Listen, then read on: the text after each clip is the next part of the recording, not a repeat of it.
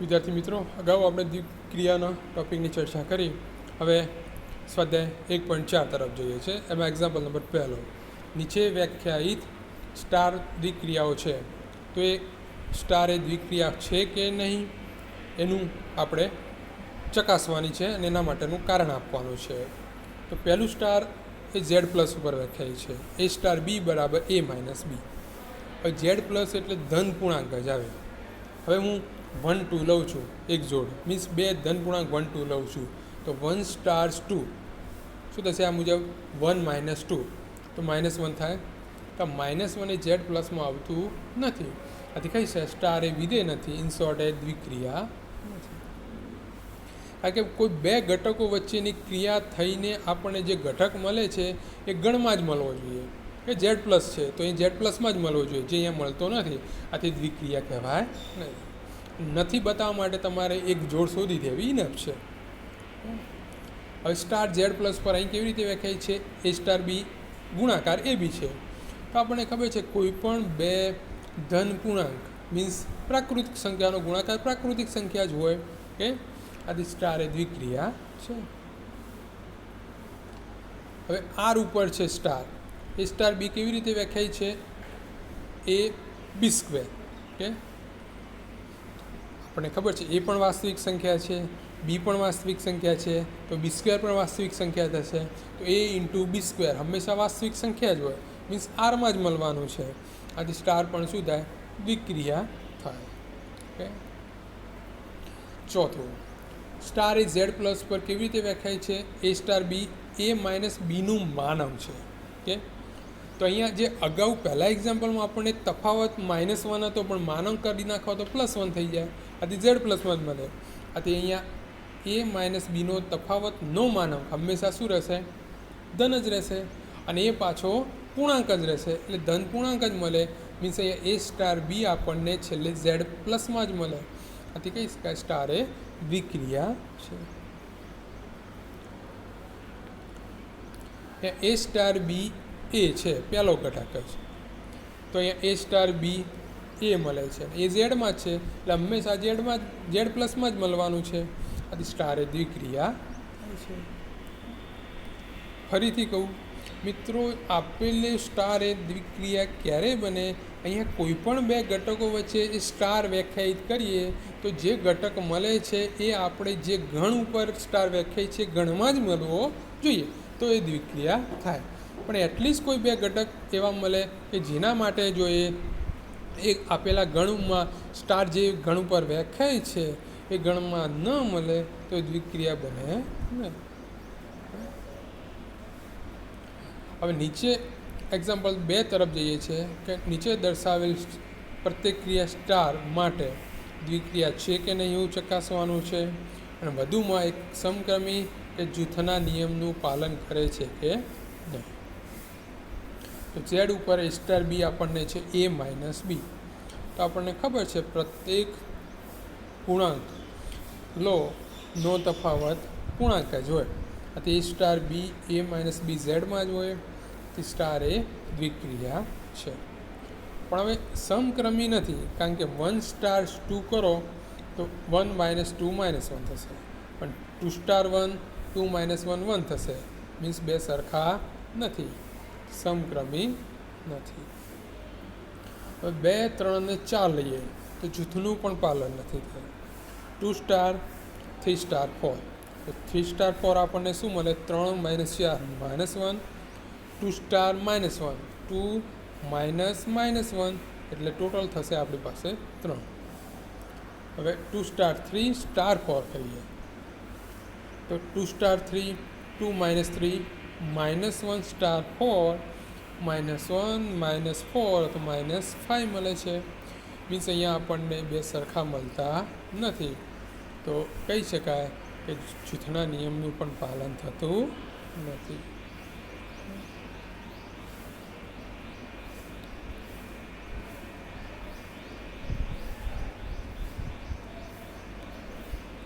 હવે ક્યુ ઉપર એ સ્ટાર બી કેવી રીતે વ્યાખ્યાય છે? એ બી વત્તા 1. ઓકે. તો અહીં દેખીતી વાત છે કે એ સ્ટાર બી આપણને એ બી વત્તા 1 જ છે, તો આપણે અહીંયા બી એ વત્તા 1 પણ લખી શકાય છે. ઓકે, અને એ બી હંમેશા ક્યુમાં જ હોય, +1 કરવાથી પણ એ ક્યુમાં જ રહેશે. આથી સ્ટાર એ દ્વિક્રિયા છે. હવે એ બી +1 છે તો એને બી એ +1 લખાય, તો બી સ્ટાર એ પણ લખી શકાય. આથી આ ક્રમના નિયમનું પાલન કરે છે. પણ એ જૂથના નિયમનું પાલન નથી કરવાનું, કારણ કે 2 સ્ટાર 3 સ્ટાર 4 શોધીએ તો 2 સ્ટાર 3 સ્ટાર 4 આપણને શું મળે? 3 × 4 12 + 1 એટલે 13 મળશે. અગેન 2 સ્ટાર તે 2 × 13 + 1 એટલે 26 + 1 એ 27.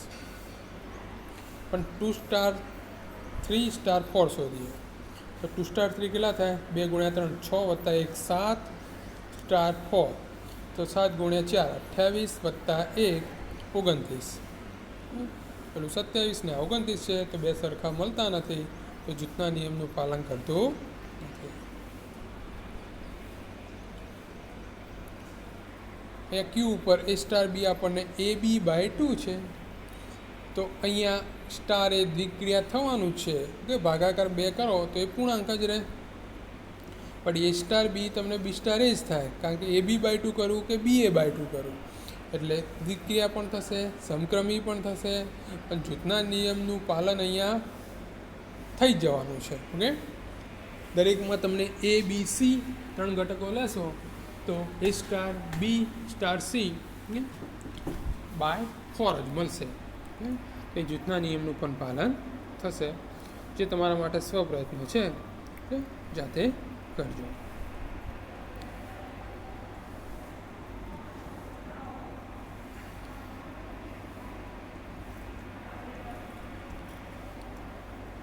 Z+ પર દ્વિક્રિયા છે સ્ટાર બી. સ્ટાર બી છે આપણી પાસે 2 AB ઘાત. ઓકે, તો 2ab હંમેશા Z+ માં જ મળે, આથી સ્ટાર એ દ્વિક્રિયા થઈ જવાની.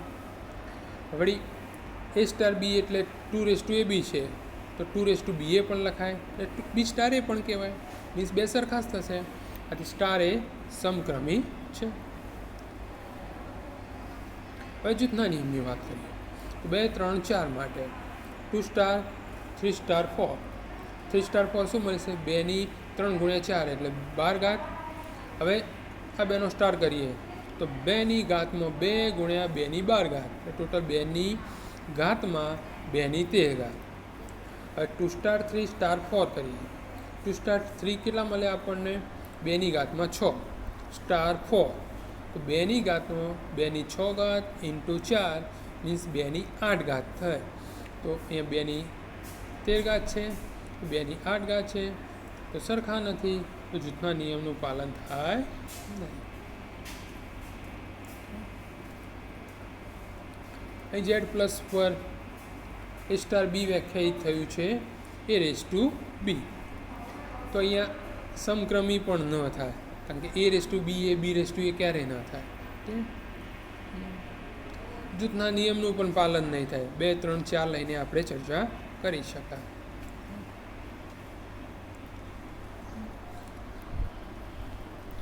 તો આજ તમે જાતે પ્રયત્ન કરજો. હવે R−1 ઉપર A સ્ટાર બી આપણને કેવી રીતે છે? A/B+1 છે. હવે બીની કિંમત -1 ન હોઈ શકે, એટલે છે 0 થવાનો નથી. આથી કહી શકાય A સ્ટાર બી A/B+1 એ વાસ્તવિક સંખ્યા જ થવાની છે. ઓકે, -1 નથી એટલે 0 પણ નથી, એટલે વ્યાખ્યાયિત થશે. ઓકે, તો સ્ટાર દ્વિક્રિયા થઈ જાય છે. હવે ક્રમના નિયમનું પાલન થાય છે કે નહીં એની વાત કરીએ, અને જૂથના નિયમની. તો 1 અને 2 લઈએ તો 1 સ્ટાર 2 શું થશે? 1/2 નો સરવાળો 3. 2 સ્ટાર 1 2/2 નો સરવાળો 3.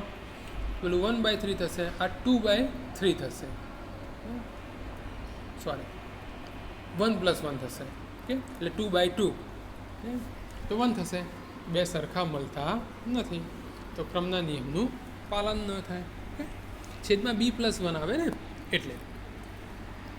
હવે જૂથના નિયમની વાત કરીએ તો 2 3 4 માટે 2 સ્ટાર 3 સ્ટાર 4. તો 2 સ્ટાર 3 સ્ટાર 4 શું મળે? 3/4 + 1 3/5. ફરીથી આનો સ્ટાર 2/3/5 + 1 સાદું રૂપ આપીશું તો 5/4 થશે. આ જ રીતે આપણે 2 સ્ટાર 3 સ્ટાર 4 શોધીએ તો 1/10 મળે છે, મીન્સ બે સરખા નહીં થાય, તો જૂથના નિયમનું પાલન થતું નથી. ઓકે, આ જ પ્રમાણે આપણે જોઈએ આગળ તો એક્ઝામ્પલ 9. ઓકે, અને 10માં પણ આવું છે. ઓકે, તો 9ની વાત કરીએ. 9માં આપણને સમય સંખ્યા ગણ ક્યુ ઉપર આપી છે સ્ટાર, તો દ્વિક્રિયા સમક્રમી કે જૂથના નિયમનું પાલન કરે છે કે નહીં એ આપણે જોવાનું છે. તો પહેલું છે A star B A minus B છે. આ અગાઉ આપણે જોઈ ગયા છીએ. ઓકે, સમક્રમી નથી, જૂથના પાલન પણ નહીં થાય. ઓકે, કારણ કે 2 અને 3 લઈએ તો 2 - 3 - 1 થાય, 3 - 2 1 થાય, એટલે સમક્રમી નહીં થાય ને જૂથ પણ નહીં થાય.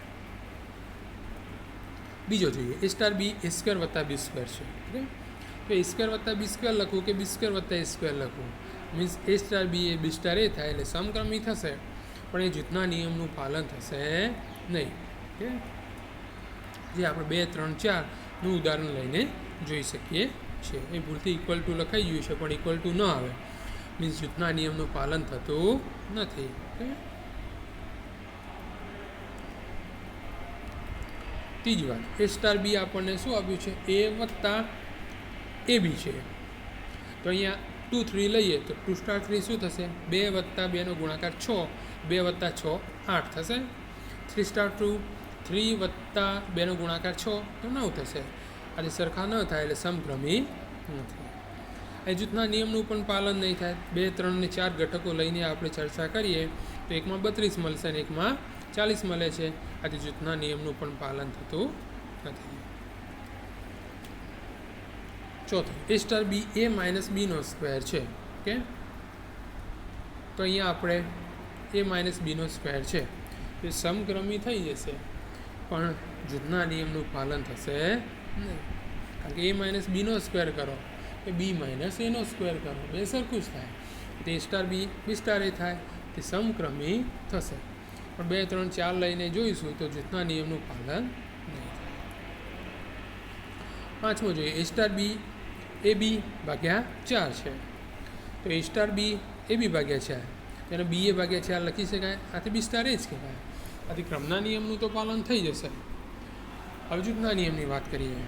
A star B star C, A star B star C શું થાય? BC ભાગ્યા 4. હવે આ બેનું સ્ટાર જોઈએ તો બેનો ગુણાકાર ભાગ્યા 4, ABC ભાગ્યા 100. હવે A star B star C શોધીએ તો A સ્ટાર બી શું આવે? AB ભાગ્યા 4 સ્ટાર સી.